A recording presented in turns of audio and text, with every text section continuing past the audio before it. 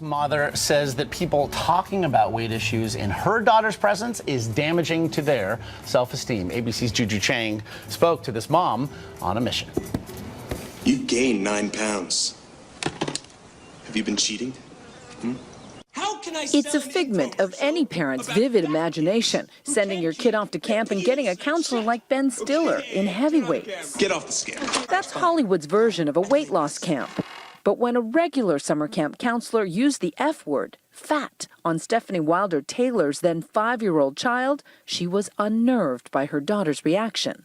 Mommy, I can't drink soda because drinking soda gives you a fat tummy.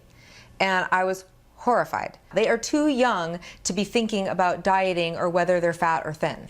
Stefanie made a rule to not allow the F word to be used by anyone in her house. And she wrote a blog sounding the alarm for adults, that children listen to what grown-ups say very carefully. Let's not talk self-hating about our bodies in front of my kids. I got 3 young girls here and they're impressionable. Instead, Stefanie likes to boogie with her girls. Come on. To show that women of all shapes and sizes should strut their stuff proudly. I do little booty shakes in front of my kid's face. You know, I try to let them know that my butt might be a little bit big, but it's awesome. Her 500-word blog sparked some outrage, but a lot of praise as well from moms trying to keep their daughters and sons free of the weight anxiety. Some teens agreed. I think it would make someone insecure. And yet these girls' own moms felt differently, that every adult who influences kids has a duty to counteract all that pressure to be thin. And we as parents give responsibility to others to help them interpret messages.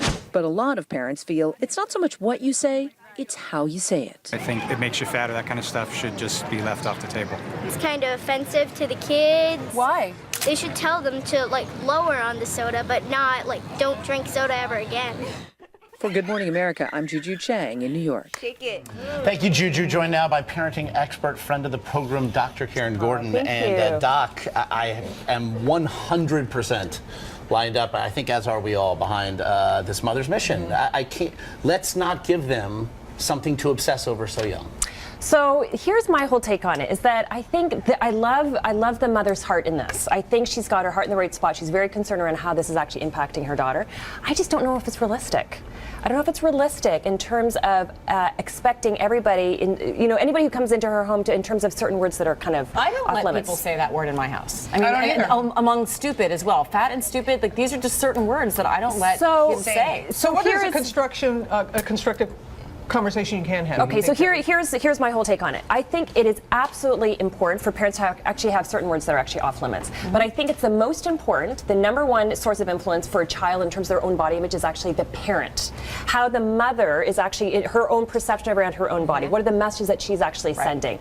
And so, I've been working with families for 17 years, and I have actually found that the most significant source of influence in a child's life, their own body image, is actually their mother, the same gendered parent. So fathers to sons, mothers to daughters. Oh. So it's not that I'm forbidding it, and I don't necessarily say it's a bad idea. I think there's a bigger mission here. It goes than actually beyond just saying the word. Absolutely, it's around mirroring it, and to realize that as mothers, we are their biggest educators. So I think it's around focus. Are we going to put all of our focus on people that we can't control, or are we going to put our focus on ourselves and our own message that we actually have on our bodies, and making sure that we are the number one educators in this topic? And I think a great substitute, Amy and I agree on this, I always say the word healthy. Healthy. Yes. Healthy is the word. Just be healthy. And I talk about myself in that way in Yes. hopes that she too, through osmosis, will begin doing that at age 8.